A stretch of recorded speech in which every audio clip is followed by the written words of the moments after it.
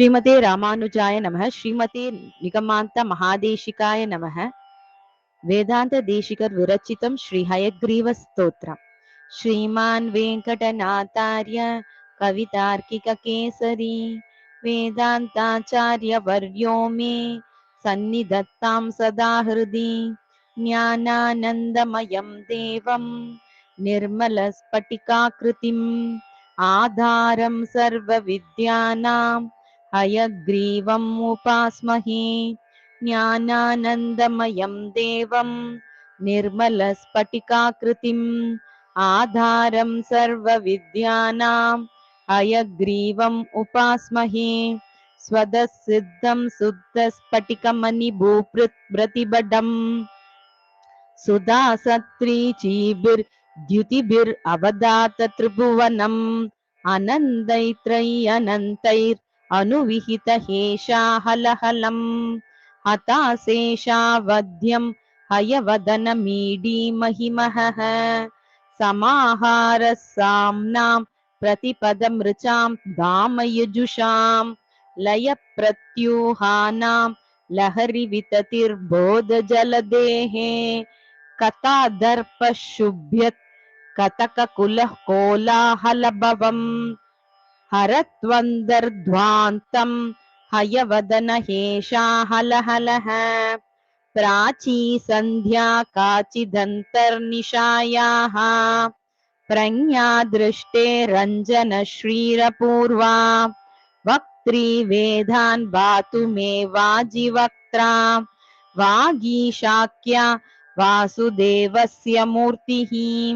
विशुद्धविज्ञानघनस्वरूपं विज्ञानविश्राननबद्धदीक्षं दयानिधिं देहभृतां शरण्यं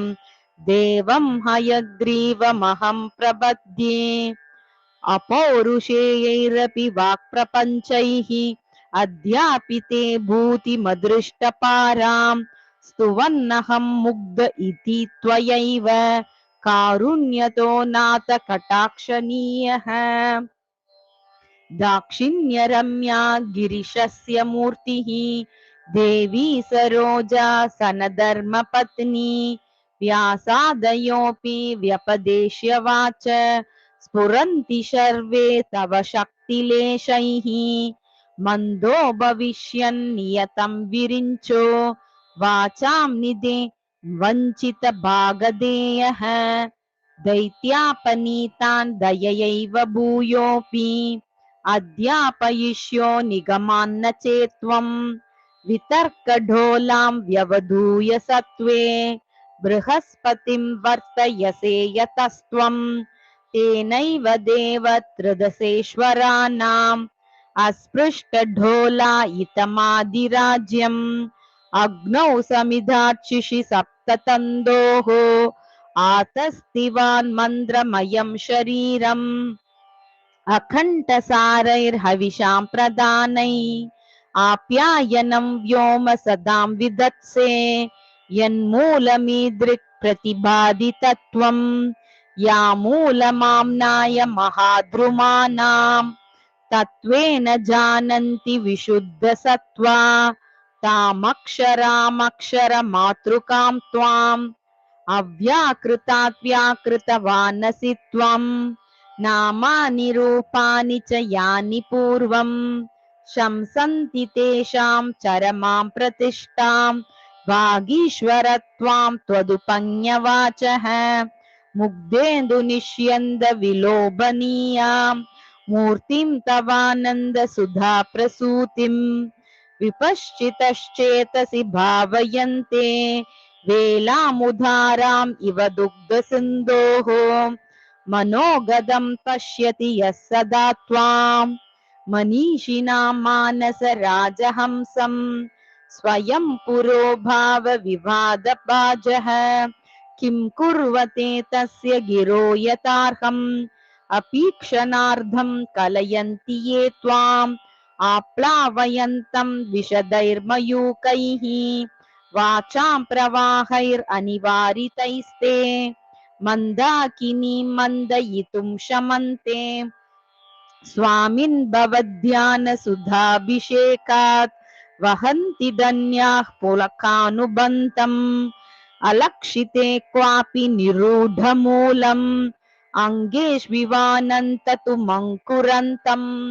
स्वामिन् प्रतीचा हृदयेन धन्याः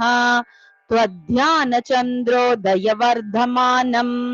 अमान्तमानन्दभयोधिमन्तः पयोभिरक्षणम् परिवाहयन्ति पयोभिरक्ष्णाम् परिवाहयन्ति स्वैरानुभावास्त्वदधीनभावाः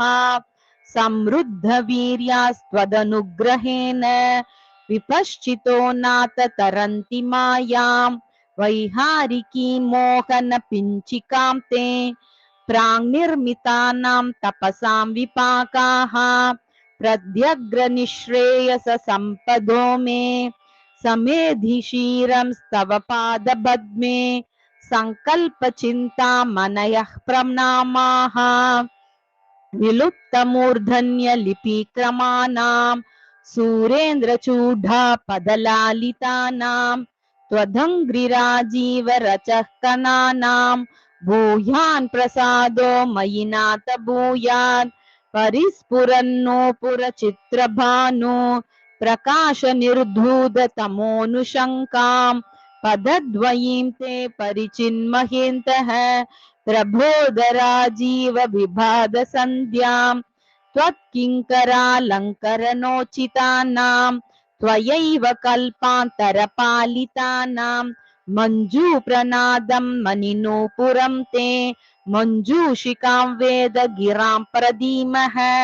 सञ्चिन्तयामि प्रतिभादसास्तान् सन्दुक्षयन्तं समयप्रदीपान् विज्ञानकल्पद्रुमपल्लवाभं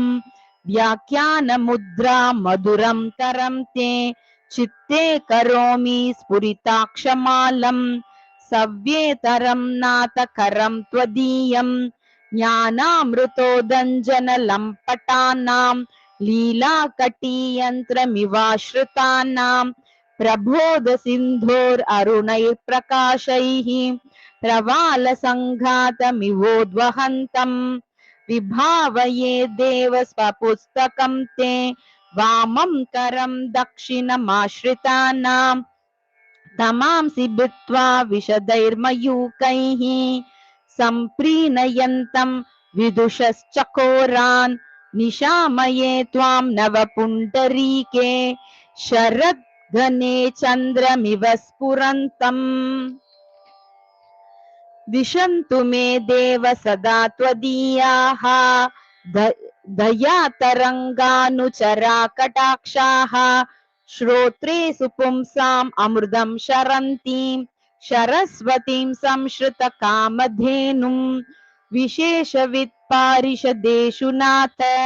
विदग्धगोष्ठी समराङ्गनेषु जिगीषतो मे कवितार्किकेन्द्रान्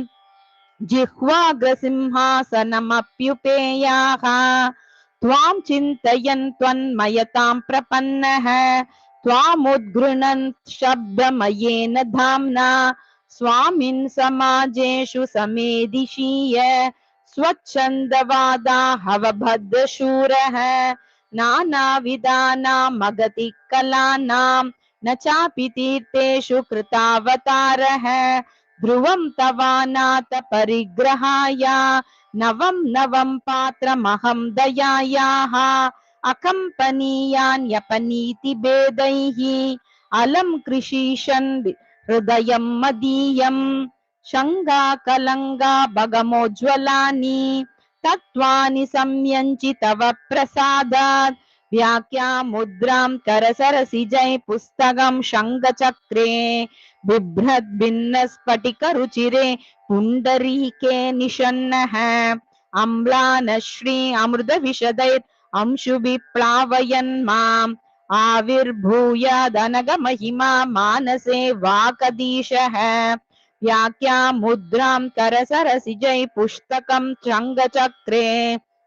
बिभ्रद्भिन्नस्फटिकरुचिरे पुण्डरीके निषण्णः अम्लानश्री अमृतविशदैर् अंशुभिः प्लावयन् माम् आविर्भूयात् अनघमहिमा मानसे वागधीशः भागर्तसिद्धिहेदो पठत हयग्रीव संस्तुतिं भक्त्या कवितार्किककेसरिना वेङ्कटनाथेन विरचितामेतां वागर्तसिद्धिहेतो पठत हयग्रीव संस्तुतिं भक्त्या कवितार्किककेसरिना वेङ्कटनाथेन विरचितामेतां कवितार्किकसिंहाय कल्याण गुणशालिने श्रीमते वेङ्कटेशाय वेदान्त गुरवे नमः इति श्री हयग्रीव स्तोत्रं